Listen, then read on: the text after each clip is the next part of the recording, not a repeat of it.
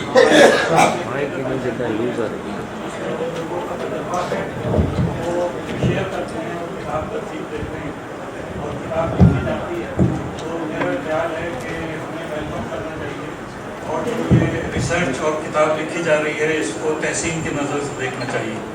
کتاب ظاہر ہے بہت اہم ہے. پاکستان میں ایجوکیشن اور ایجوکیشنل مینجمنٹ پہ نہ لکھنے کے برابر لکھا گیا ہے.